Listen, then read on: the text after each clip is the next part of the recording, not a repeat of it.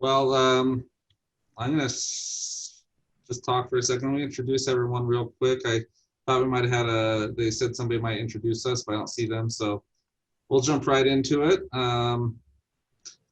Looks like we have 19 people participating in this session. Excited to be with you all. My name is Matt Taylor. I am a long-range planner with Orem City. Been involved in local government for about 17, 18 years now. Let me turn a little bit of time to Greg, briefly introduce himself. My name is Greg Montgomery. I'm the planning manager for Ogden City. I have been involved with this for 39 years with the city. Fantastic. That is a legacy. Bryce. My name is Bryce Mumford. I work with Cache County in the County Executive's Office currently. Previously to that, I worked with the council in Provo City as the lead analyst for them, and started this project actually while I was with Provo, and so I'll be discussing some of the results and research that I found from doing some fiscal analysis on development there in Provo. Okay, fantastic. Thanks, Bryce and Greg, for joining us today. This is a little awkward because we're not going to get a lot of participation, and I don't get a good sense of who's in the room. Being a ULCT slash APA conference, I am sure we have a combination of city planners, other type of local professional planners in related fields.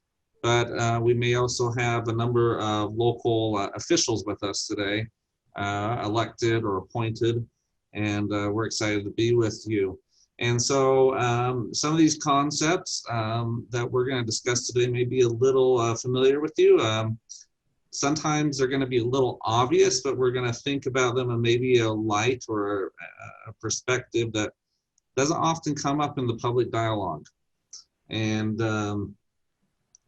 so we hope this will be a thought-provoking presentation. What we're going to do, a quick agenda, is just have a few introductory slides, and then we're going to turn some time to Greg Montgomery to talk about his recent work with some of these issues, and then we'll turn some time over to myself to talk about some work done in Salt Lake, and then back to Bryce to talk about Provo City, and then we'll follow up some maybe take-home hacks that you can take home to your cities to start implementing some of these thoughts.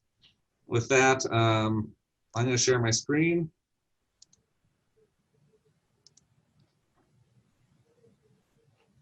Everybody see that? Oh, not yet. Okay. Looks like we got it. You see that, Bryce? Greg? Yep. All right, fantastic. So fiscal impact analysis sounds really dry. We're going to try not to make this dry. It's going to be fun. And can we afford what the zoning allows? This is a question that I'm not sure we ask a lot when we're deciding on land use policy. A developer often comes in and gives us a lot of infrastructure, and we don't think too much about the dollars and cents behind it until budget times come. One of my favorite movies, The Money Pit. I indoctrinate my children with old 80s movies so they can be culturally literate. So one of my favorites, they are a big Tom Hanks fan. If you remember this show, classic. Of course, happy endings, right? The money pit turns out, they're all about to get divorced, things turns around, they get married. Here's the real money. This is the actual house. This is it's official. The money pit home hits market for $12.5 million in 2014. The home sellers are hoping it proves to be an anti-money pit. Fast forward to 2019, it finally sells at a huge loss. 5 years on the market, sold for $3.5 million after they put I forget, 8 or 9 million into this thing. Beautiful, love it. They got a loss. You know, we all know that when we run a household, we gotta we ought to budget. I don't know how good we all are at that. But we can project our own family budget out and see if we're going to be cash positive. When we buy a home, that's a huge part of that budget. And again, maybe this is something we don't normally do, but what do we, when we buy that home, do we think about replacement costs and maintenance costs, and are we planning ahead for that? And I think myself included, too many of us forget. There is a life expectancy. Now the question is, what happens when homes, especially big mansions and things that maybe at one time we could really afford, we were doing well in the economy, we had a good business going, we built some mega mansion, and then life circumstances change, economies change. You can find endless pictures of just gorgeous mansions online, abandoned, probably because they didn't have a long-range plan to maintain these things. And they just overbuilt. They just built more than they could really afford for the long term. Now, I'd ask a few of you in the room, where do you think this is? I mean, this seems like a really idyllic sort of pastoral community, I think. If you see in the corner here, we're at 2612 McClellan Avenue, Detroit, Michigan. That's not what it comes to mind when I go to Detroit. This is Detroit today. This is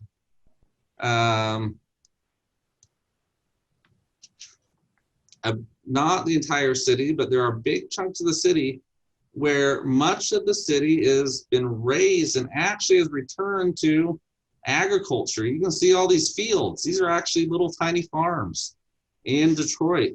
And this is only 4.5 miles from downtown. I lost the slide with downtown. Downtown Detroit. Now we know Detroit's a unique study in the aging industrial sector of the Midwest, but it raises the question: are we outbuilt? How long will your city last? How long will the infrastructure last that maintains that? And can you continue to afford it, or are you going to have to do what here's Detroit. This is 4.5 miles from this. So we're going from abandoned pastoral farming Detroit to downtown Detroit, 4.5 miles. This is a trend, actually. Bankrupt cities. It's not the end of the world. These cities can't just abandon the mansion. They have to keep on finding a way forward. Detroit itself, though, continues to study whether to shut off whole neighborhoods because they have overbuilt for the economy they have today. Now, our cities are not in near circumstance, but all of us face budget issues. We face balancing that budget with long-term infrastructure replacement, especially our older cities. And if you're in a younger city, you as a local official may not deal with this today, but in 20, 30, 40 years, as your infrastructure ages and all these gifts, these mansions that have been gifted to you from the development community age out, will you have the budget resources to replace them? So with that introduction, let me turn some time over to Greg, and he's going to talk. I'm going to stop sharing my screen. He's going to share his screen. He's going to talk a little bit about Ogden City's experience with looking at land use through a fiscal lens.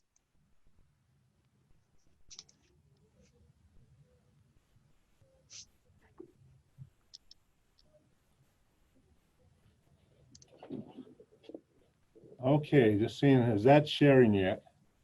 Yeah, I see it. Okay.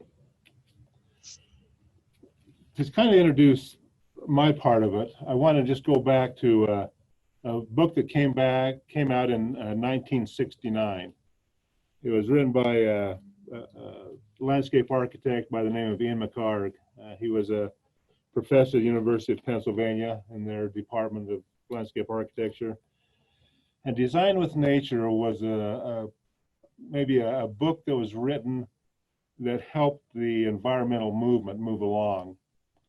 But when the book was written, it was intended to say, are we wise in all the developments we do? It wasn't just an environmental book. It was a book saying, do we really count the cost of all we do when we do land planning? And do we understand our impact on our environment around us? It was interesting in one of the McCart's designs, if they would have implemented it, part of the damage from Hurricane Sandy would not have taken place in the New York area, because he had anticipated when you live in an area of next to the sea and the things that take place at the sea, what do you need to design for, and how do you protect your investments? That concept has gone on to where a new firm, well, they're not really a new firm, Urban 3, this is one of their little logos, taking the image of McCarg and talking about doing the map. That is, do we really understand the things and the assets we have as communities?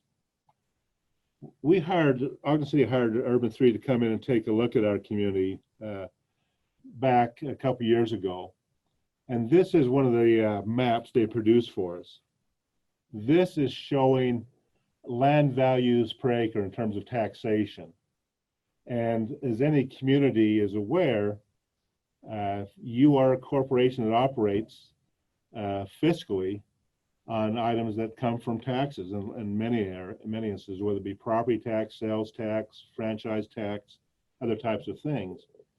And as you look at this map, it's very easy to pick out where downtown is based on the land values, the taxable properties per acre.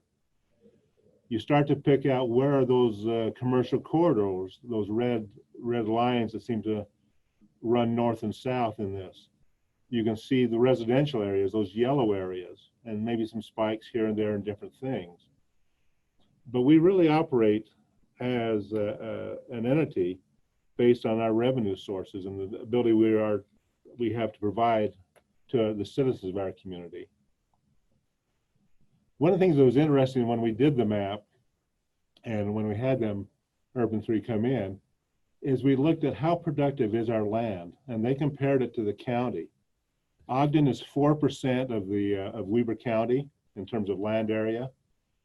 We produce 28% of the property tax income the county has in that 4% area. In other words, for 1 acre of taxable land in Ogden, you'd have to have 8 acres in the county to produce the same taxable revenue. Or put another way, when you look at the entire value of our downtown area, again, just taking that downtown area to the county, which is a sixth, 0.06% of the county and land area, we produce 2.5% of the value, or for every acre in the downtown, would be equal to 42 acres in the county to have the same revenue projections for the citizens, for the services we provide, police, fire, all the other utility services. So it helped us to start to understand what is the value we have of the land that we're responsible to oversee. How do we look at that in terms of being a wise steward of those properties? One of the things that Joe Minicozzi of Urban 3 does is he introduces this concept. He says, let's take a look at how would you compare these cars? And you take a look at the item where it says, how many miles can you travel on a tank of gas? And so with each one of these, you would say, well, if I am looking at that as my criteria, I'm going with the truck, because I can go a lot farther on that truck than I can any of these other vehicles. But he says, now how do you compare these? When you start to look at miles per gallon and efficiency, which one becomes the better buy? Which one has less cost to operate? And then it goes down to this 1955 BMW at 70 miles a gallon. And he says the same thing takes place when we look at land and our perspectives. Do we look at the total tax value, which is the map on the left, so it's miles per tank concept, or do we look at the value per acre, which is miles per gallon, which is the map on the right? And all of a sudden you start to see some shifts in this map. To the left, a lot of that green area is single family areas. In Ogden, generally our single family areas are somewhere between 5,000 and 6,000 square foot lots. And also once you jump to per acre, you see those values start to increase. And maybe the area, and I don't know if this pointer is showing up, the Walmart, all of a sudden its value decreases when you look on per acre value. It goes from the highest to mid-range, that it competes similarly to single family homes. And that's when you start to look at the value per acre rather than just how much does it produce. And that was something we started to take a look at when we were reviewing after this process what we have in the city. These are a couple things just to give you an example. Some new redevelopment projects that have taken place in the city in the last 5 to 6 years. And it gives, based on the analysis of taxable income per acre. And you compare these housing projects, multifamily housing, and in the bottom left-hand corner, you'll see the Walmart that's in Ogden, what its value per acre is, and how these other properties outperform in terms of tax revenue, of property tax revenue, that Walmart, which we were so anxious to try to obtain to help stabilize our economy. But once we started to look at things, we realized, wait, there are a lot of other things out there that are much better, more efficient, and help us along. Another example, an infill project on 25th Street. This was a property that had been in the urban renewal ideas of the 1960s. 3/4 of this block on 25th Street was torn down because it was determined blight. It sat vacant for over 50 years, not producing anything. And then as we came in as a redevelopment agency arm of the city, we came in and worked to redevelop this 3/4 block on the lower part of 25th Street into this mixed use project. Again, you can see what that effort did in terms of that per acre value, again, compared to the effort to attract a Walmart, and where is our money better spent. The other analysis was, again, on our land use. Ogden's about 27 square miles. This map indicates how much of our property in Ogden, or our land in Ogden, is devoted to parking, to buildings, and to road. You see 3 acres to parking, and that little map on the bottom left, again, that red denotes parking areas in Ogden City. 3 acres of land devoted to parking, 3 acres of land devoted to buildings of all types, and 3.2 acres devoted to roads. The other is those things such as open space, yard areas, maybe areas that can't be developed, parks, rivers, those type of things. So you think of when we start to really look at our built environment and what zoning is looking at regulating, those 3 items, buildings, parking, and roads, and the subsets of the open space around it, how important is it to take these generators to make sure we are a sustainable city financially? We've taken then those ideas and started to look, as we've made changes to our zoning ordinance, to include some type of analysis of what it takes if that project is really important. This study was done when we were looking at our downtown to say, okay, we allow storage units. Our storage units, the best land use for our downtown properties, seeing our downtown is the chief generator of the income, not only for the city, but for the county. If it's a very productive area, how productive are land uses, say, for example, storage units? Now, that's not to say there's not a place for storage units, but is it in the place of our most productive land? Do they belong there? And we started to take a look at some of our zoning uses we allow, and then you can see this in that value, how much lower storage units are. We did this in per square foot compared to other uses, even to vacant buildings. Even vacant buildings produce more property tax revenue than operating storage units. And again, you add the other factors in this, do they produce jobs? Do they produce services where there's commodities being exchanged and sold and drawing people to those areas? They're basically a dead area. And you have to evaluate all those things. But for many years in planning, we've just kind of ignored the fiscal part of it and saying, okay, well, let's just talk about form. But in that talk about form, we also need to talk about how is this helping the city move forward to provide all the services that are needed for the citizens. And again, like I said, there are right places for these types of uses, but we made the determination that the downtown area is not a right place for these type of uses. There've got to be other things involved in it.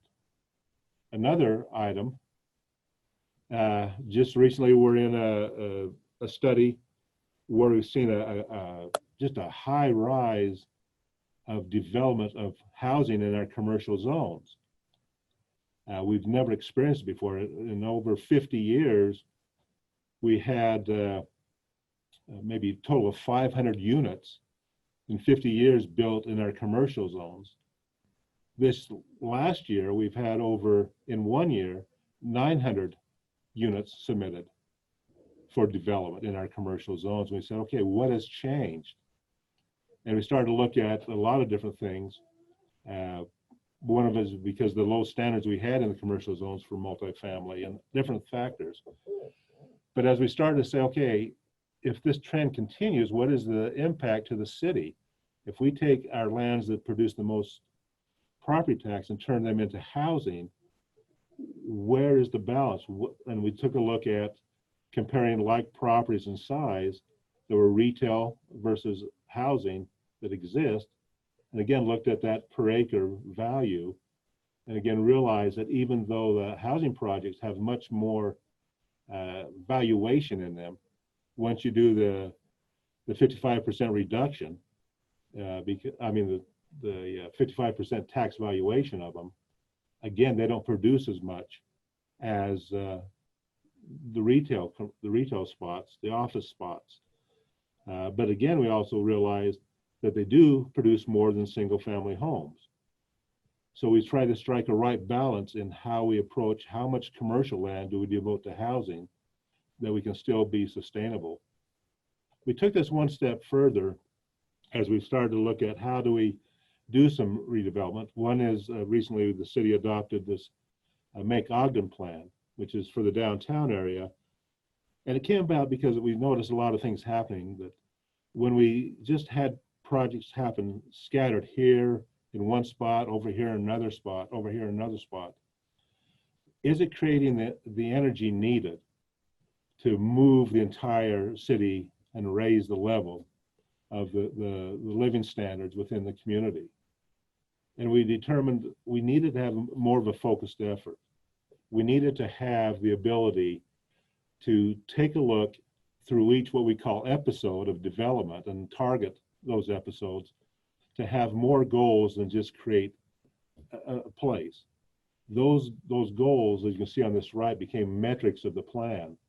We needed to look at connectivity, job creation, property value increase, and look at these things being done in a way that you hit an episode, you raise everything, you get to a level point, then you hit the next episode, raise again, so we can continue to be able to support and provide the services our citizens are used to.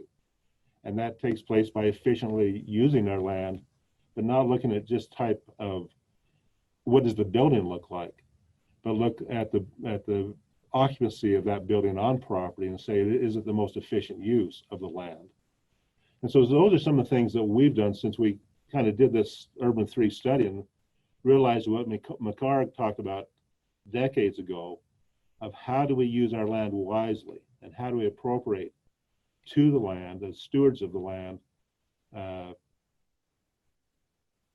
a lasting legacy that doesn't leave the future generations strapped, as the example with Detroit that was shown by Matt earlier.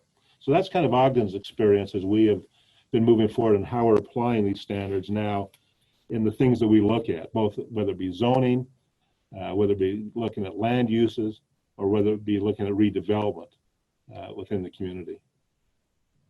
Matt, I'll turn it back over to you.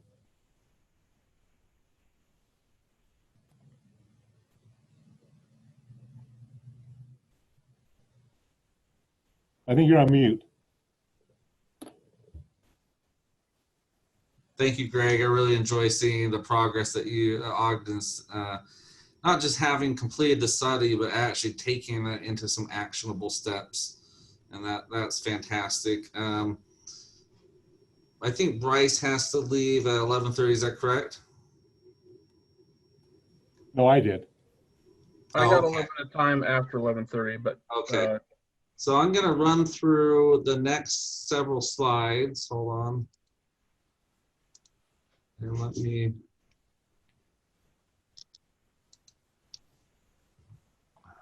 Screen share.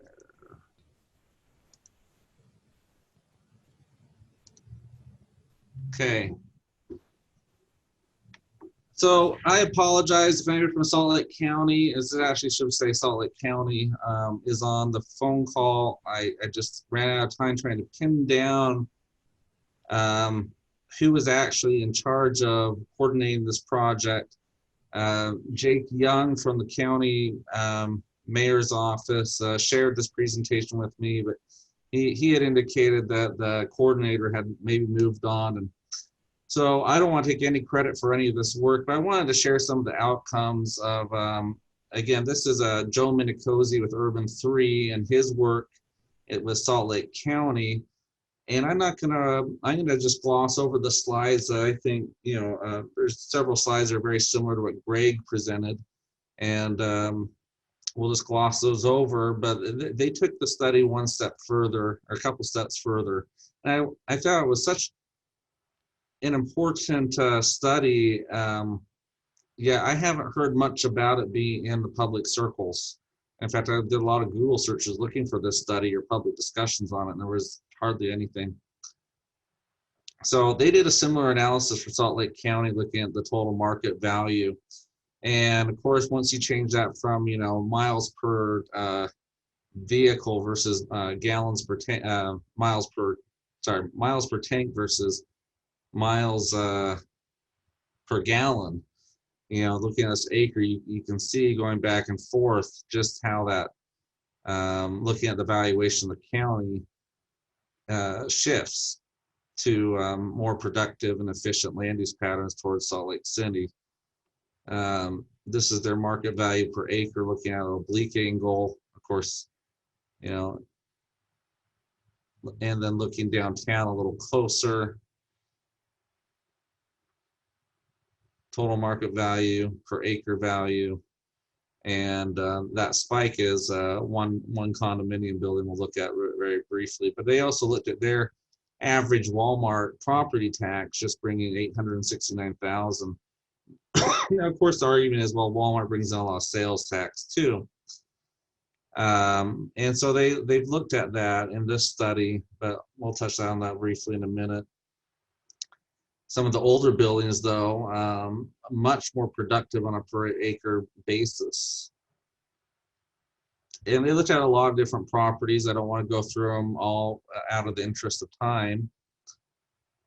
Their highest value per acre was 99 West at $500 million per acre in taxable value versus Walmart's 869.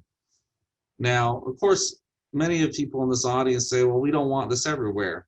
And, we recognize it. This has a place, this has a position in the county for certain areas, but I think the point is again, are we even looking at our land use decisions through the lens of fiscal analysis, and what is the impact? Now, this slide is sort of a summary of all the properties they looked at. Here's your average Walmart. That's the historic building.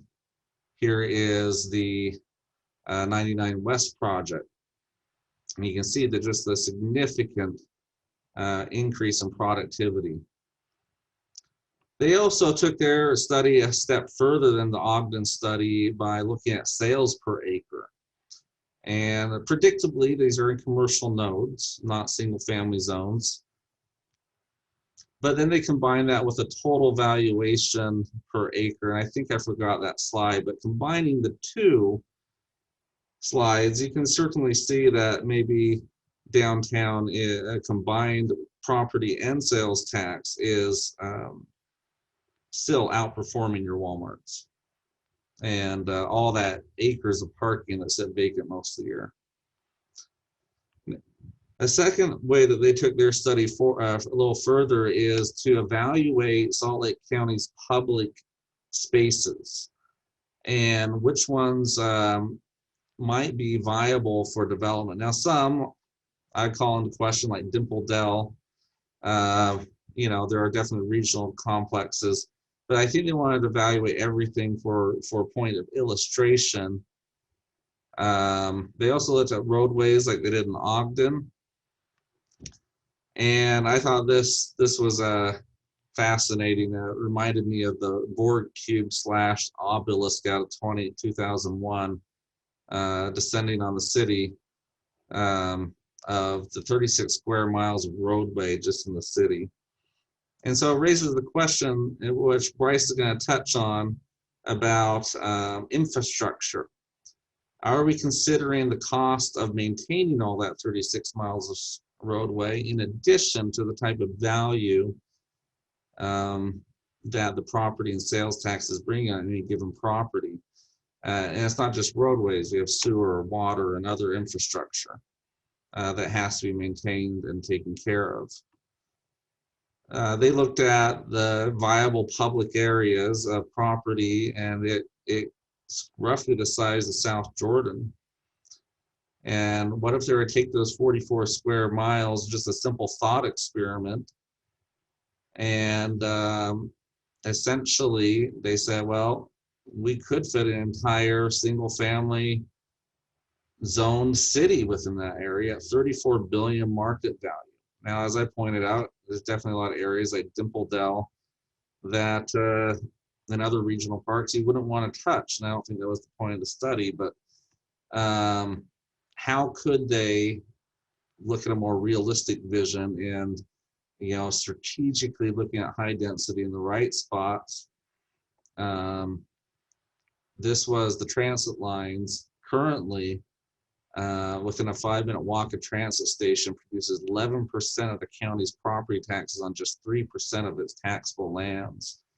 So what if now we strategically look at publicly available properties within these type of areas? And if they just put one building to all the available land in a transit walk shed, you know, they predicted 37 billion in increased value to the county in taxable, say, mostly property tax, because that's not a commercial use. And it just, here's one scenario that they identified: an 8.7 acre of city-owned land. What if you infilled that? And what if you did this maybe with the county complex, just adding one building in the southeast corner of the lot? This one doesn't exist, if you see my mouse. And talking about bringing 52 million just with that action alone of value. Now, of course, that being a government building doesn't produce taxes, but if they sold to the private sector, it would. Okay, Bryce, I want to turn some time over to you to talk about taking this discussion beyond sales and property tax alone in talking and taking even more holistically the infrastructure question.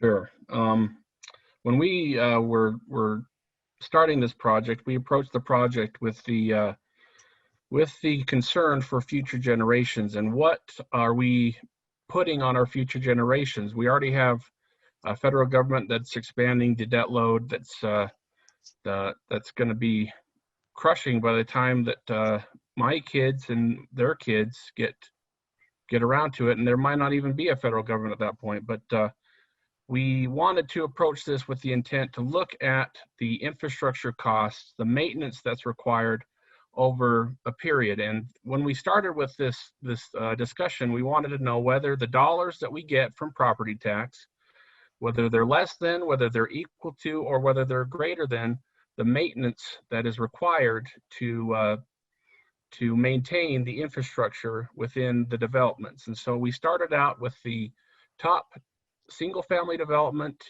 and the top multi-family development from 2013 to 2018. And we wanted to pick newer projects because we felt like those we'd be able to look at the infrastructure and apply the same dollars and philosophies of maintenance over that 50-year period. And so that was our question, though, is are our property taxes covering the maintenance that we need to put on these developments? And so we took some assumptions, and some assumptions I think were better than other assumptions, but whenever you do one of these fiscal analysis, you got to make some assumptions, and you've got some weak and you got some strong. And so the first assumption that we took was that inflation was going to be a constant. It was going to be about 3% per year. And we estimated a time period of about 50 years before the infrastructure would be in a position where it would need to be replaced. Developers, we assumed that the developers would put in the infrastructure into the project, and they would charge the people who purchased those properties for that infrastructure. So then the city was going to be responsible for maintenance thereafter. Those were the assumptions that we made. And one of the weakest assumptions I think we made was that, and we could have probably got to this, but unfortunately I didn't get around to doing it before I left the project, but no increase in property values was one of the assumptions that we made. And I do believe that that's probably a weak one, but when we analyzed the property tax dollars, we assumed about 1.5% increase based on growth per year. And those were our primary assumptions. So next slide, please. So this is kind of a spreadsheet that shows the project that we looked at, the dollars and cents that went into it. We had to look at each street, the length of that street, because and we took the bond schedule that was produced by the Public Works Department, and those dollars were the dollars that we used to analyze this. But you can see that we considered this is just for the road portion of the analysis, but this is just an example of what we looked at and how we got our figures. And so what we ultimately came out with is for a single family development, and this single family development was on the west side of Provo City. It consisted of 85 units or single family homes, and it shows with the inflation, the total expenses over 50 years was $13 million. The total revenues that were received from property tax alone was approximately $5.2 million. And so therefore the difference, and I can't, let me just get rid of me. Okay. The difference was about $7.8 million in loss. That's how far the city was behind or expected to be behind before we would need to replace a lot of that infrastructure. So at the 50-year mark, we're behind already $7.8 million. And if you break that down per household, that comes out to be $88,000 per household that it's costing the city just to maintain the infrastructure for 50 years. Whereas the multifamily development, what we found was the total expenses were $3 million, and that's an inflation adjusted over that time period. There's just a whole lot less piping and infrastructure that needs to be maintained for a multifamily development than for a single family development. So this tracks with the logic, and we come out with $3 million in total expenses, about $2.4 million in total revenues, inflation adjusted, with a difference of $536,000. So we're still behind after 50 years, but considerably less than what the single family development was. The multifamily development was 121 units. And so you break that down per unit, and the cost is $4,500 per unit that it's costing the city to maintain those infrastructures during that 50-year time period. And so this was one of the assumptions that we wanted to find out as we went through this project, whether multifamilies were, I think we believe they were better for the fiscal findings than the single family developments. We just didn't know to what extent they would be better. And so this is from just 1 year. This is from 2014. We had some challenges with some of the other years because some of the projects weren't fully built out, and so it was difficult to analyze all of those. And so if we were to go back, we'd probably go back 10 years, and then you'd have, at least the first 5 years of that you could probably analyze and compare against each other. So from there, we took this information, we presented it to the council, talked with them about things that could be done and areas that we could maybe improve our development. But overall, I think what we determined was that as we raise the level of our development, we reduce the burden that we place on future generations. And I think that's our primary concern is, raising the level of developments. And what that is, I think each city has to determine for themselves. But this, I believe, is a project that any city could do if they took a similar approach and took some time to look at their bonds, look at what they're charging to the developers, and then analyze those costs for themselves based on a maintenance schedule that they provide. And so I think that would be something that any city could do. And I think Matt and I are happy to help anyone if they're interested in putting some of this into place. And so I think Matt has a few other things he'd like to talk to as far as tricks that can be used. So, and as you're sitting there thinking, again, not knowing your background and where you sit on the spectrum of decision making, there's a lot of other competing interests to balance. And it is your community, and it's not going to be just high density versus low density. But do we raise the question, I think is the point, and do we look at it holistically as Greg suggested earlier in his presentation? Are we making a better informed decision of what legacy we're leaving future generations, the type of debt ratio they're going to have to be in to maintain that money pit mansion down the road? So what can we do now? And sometimes it's really difficult to move forward on making changes. So what are some small things we could do? And admittedly, some of these are easier than others. So the first one's going to be just, you could do tomorrow. You could go home, write the ordinance in about 20 minutes, and you'll see. So here's the question. He went from 88 years old in 1983 to 52-year-old in 1999 and learned to save the ones you love using this one weird trick. So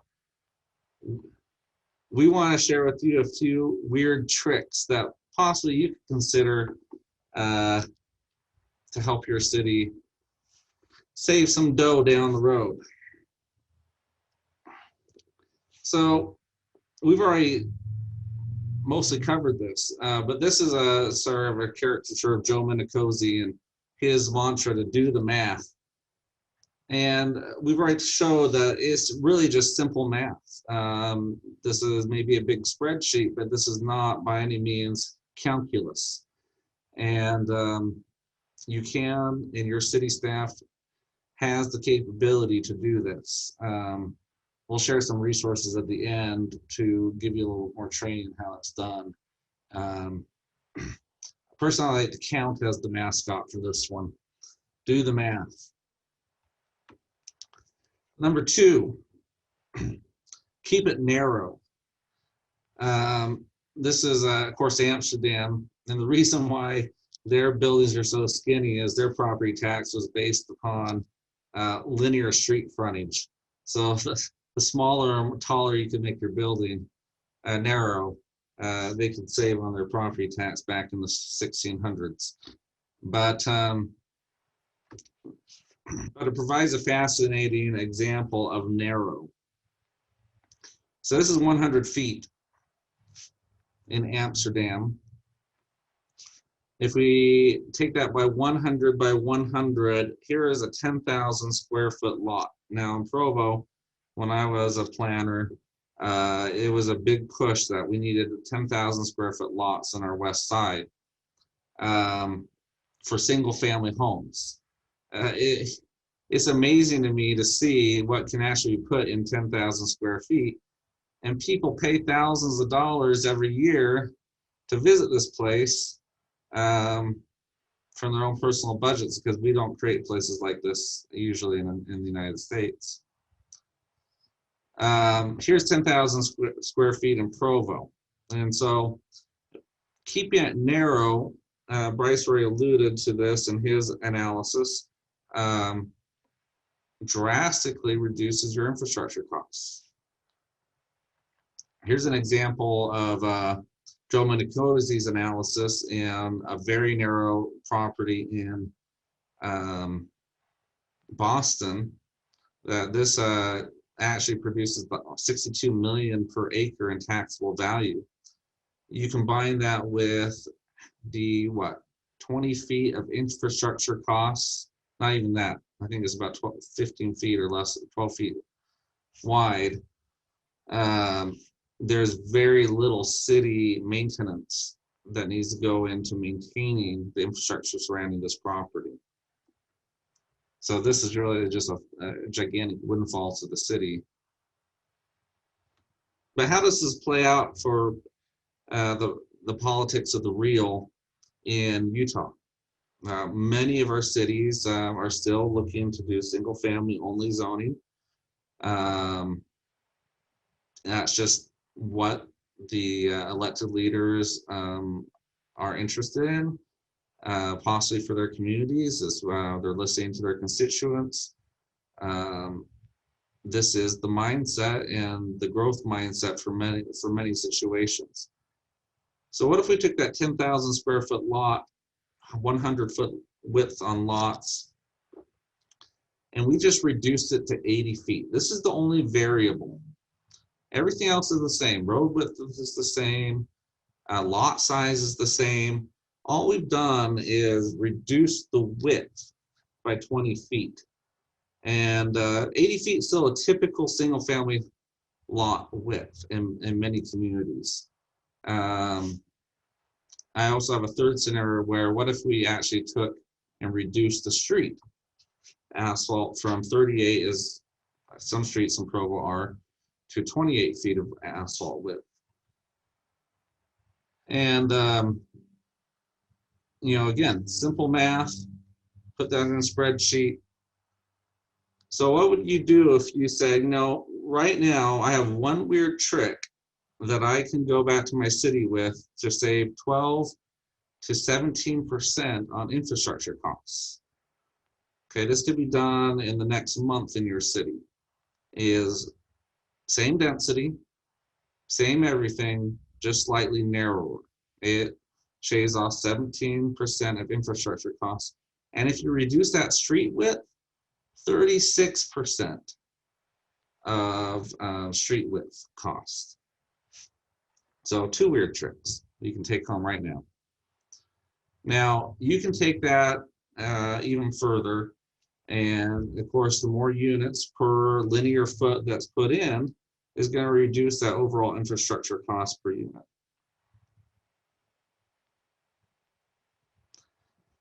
Another, number 3 is keep it narrow again, and I already talked about this a little bit on the road width.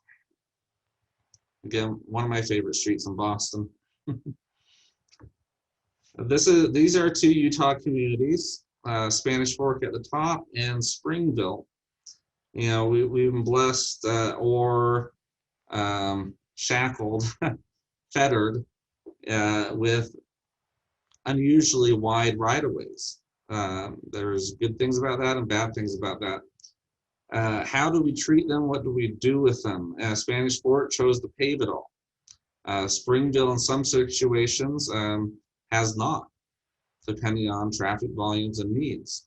Honestly, on this 300 East Street in Spanish Fort, they do not have the traffic volume anywhere near justifying so much asphalt.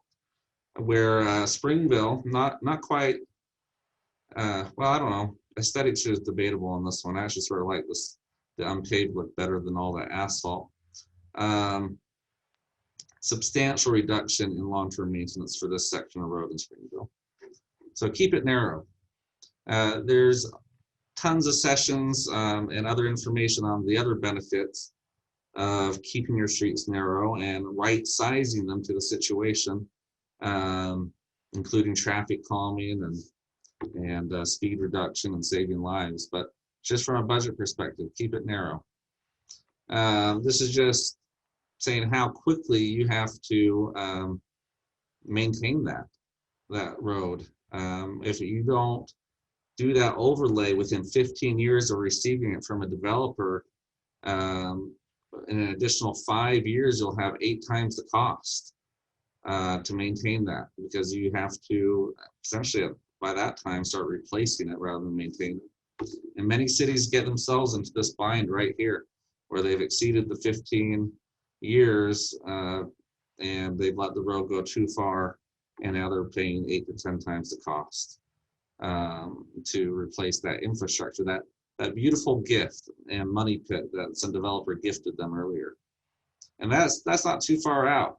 Well, you have other beautiful gifts like sewer and water that take, they last longer, 50, 60, maybe 80 years, but eventually they also wear out.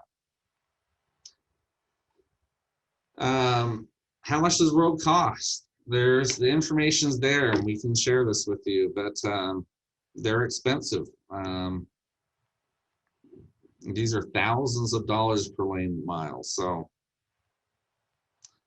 and again, I would just argue that maybe aesthetics and other benefits come from keeping it narrow. And you might say this example out of Sugar House, well, that's an old part of town, and our engineers and standards don't allow that today.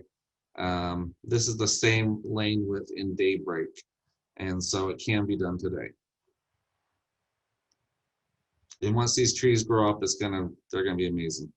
This is a similar situation in Provo where they haven't reduced, and you can see, not just in addition to the cost of maintenance, but the aesthetic quality of that street just through a reduced lane width. Okay, number 4, mix it up.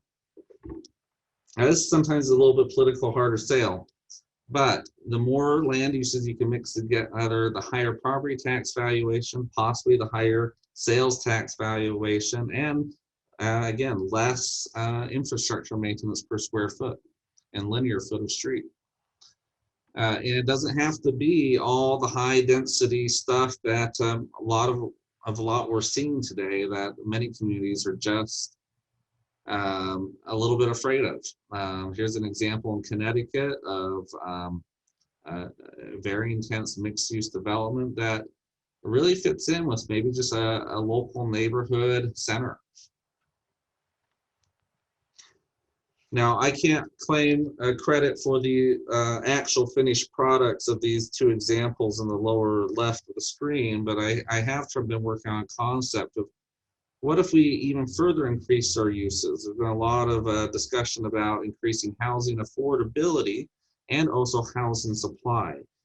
And what if we further mix the uses by not only creating denser housing, single family housing, this is a townhome approach, so attached single family housing, but we also incorporated some of the concepts of accessory apartments and live work units all in one building. As a property owner, I own a home that I built with an accessory apartment. Right now, that accessory apartment pays for 65 to 70% of my mortgage. It's it and through some job changes, this has been a really life-saving thing for me, and it's increased the resilience of my ability to keep cash flow positive in my family budget by having that accessory apartment. So it's not just, again, about housing and increasing affordable housing. It makes my housing affordable, and it makes it more resilient to economic downturn. But what if we also added commercial workspace into that same unit? We're seeing shifts today with people working from home with COVID, and people buying homes just so they can have dedicated workspace. What if me as a homeowner and a business owner just need a small space? We can build that value for a commercial workspace presence on a street, and also supplement that with an accessory apartment and still have a pretty nicely sized 2-bedroom living space and office upstairs for myself or someone else. So this is a concept I'm working on developing further out, in decreasing city infrastructure costs, increasing the value of properties to the city and to the homeowner.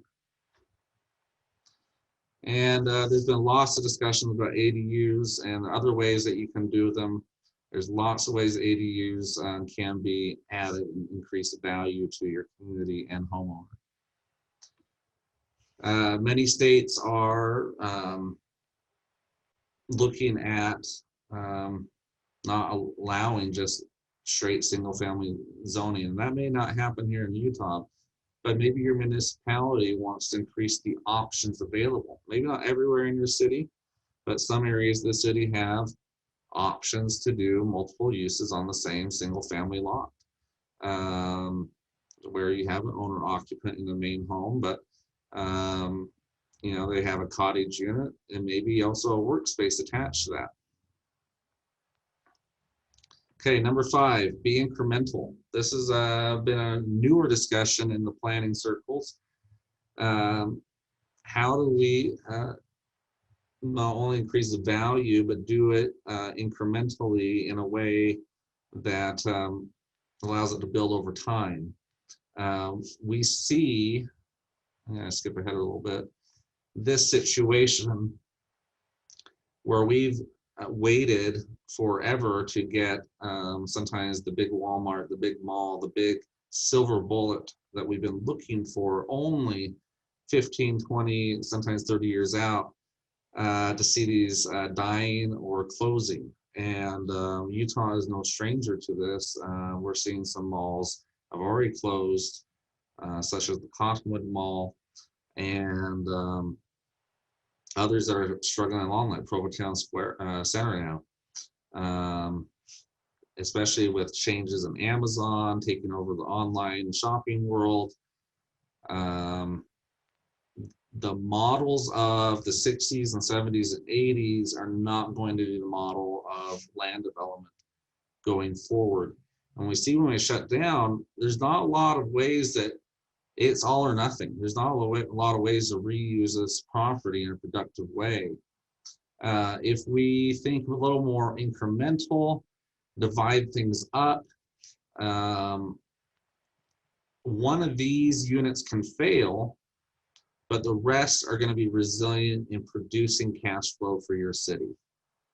Here's some other ways to do that, but again, if we could take, Greg mentioned the mall that sat vacant, or sorry, not mall, property that sat vacant for 50 years. What if they had carved that up into small pieces of development for 50 years ago, instead of waiting for a silver bullet solution? They would have had 50 years of revenue flow coming from maybe 24 or more property owners. And if one of those properties failed, there'd still be 23 or more property owners still productively contributing to the sales, property tax base, and infrastructure costs of the city. So incremental development, I think, is one way that you can look and envision your dying strip malls, dying other properties in your cities, and try to reinvent them and work with property owners to carve those up into a more resilient, incremental redevelopment strategy. Okay, number 6, just say no. If you've done the math and the math doesn't sound good, just say no. But have that math. And I think that's a real weapon that and tool that you can use to your advantage. Often I say, why did engineers always get their way? Well, they often come with numbers. Numbers are hard to refute.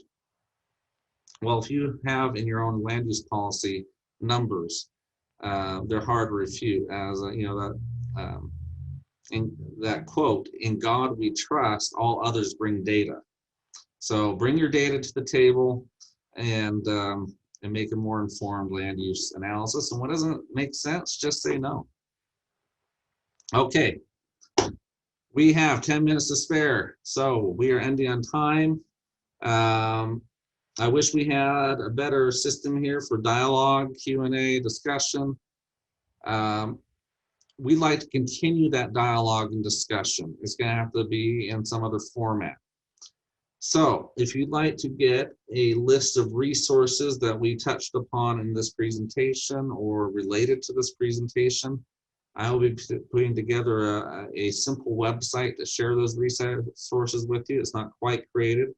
So in the meantime, if you go to tinyurl.com/dothemathutah, there will be an email sign up.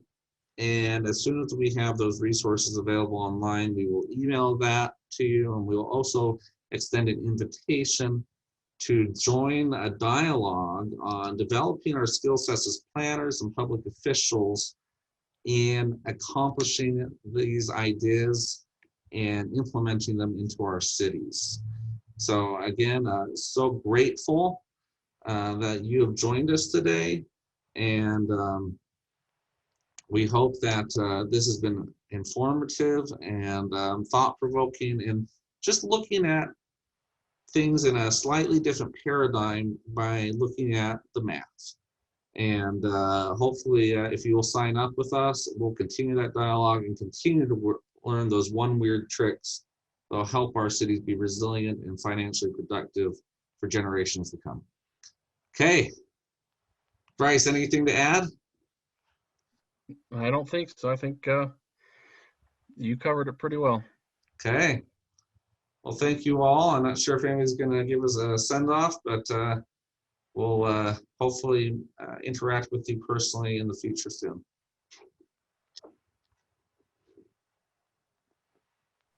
Hey, Matt, there's been a couple comments that the Sure. tiny URL is not working. Not working. Number, not an email. Okay. Well, I set that up right before the meeting, so I apologize for that problem.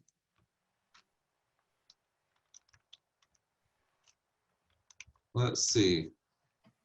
I typed in the wrong thing. So what you're going to do is go to tiny.url/dothemathutah. Tiny.url? Yep. tiny.url/dothemathutah. And I'll try and fix that right now.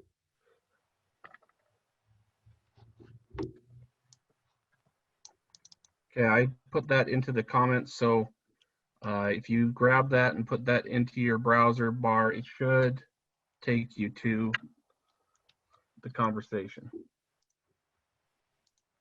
All right. So I'll just leave this slide up for anybody to see. It's not working. Not working. Tiny.url. Well, we'll try and get the information out somehow. We'll work with the ULCT and others to get this information out. So again, thanks for being with us.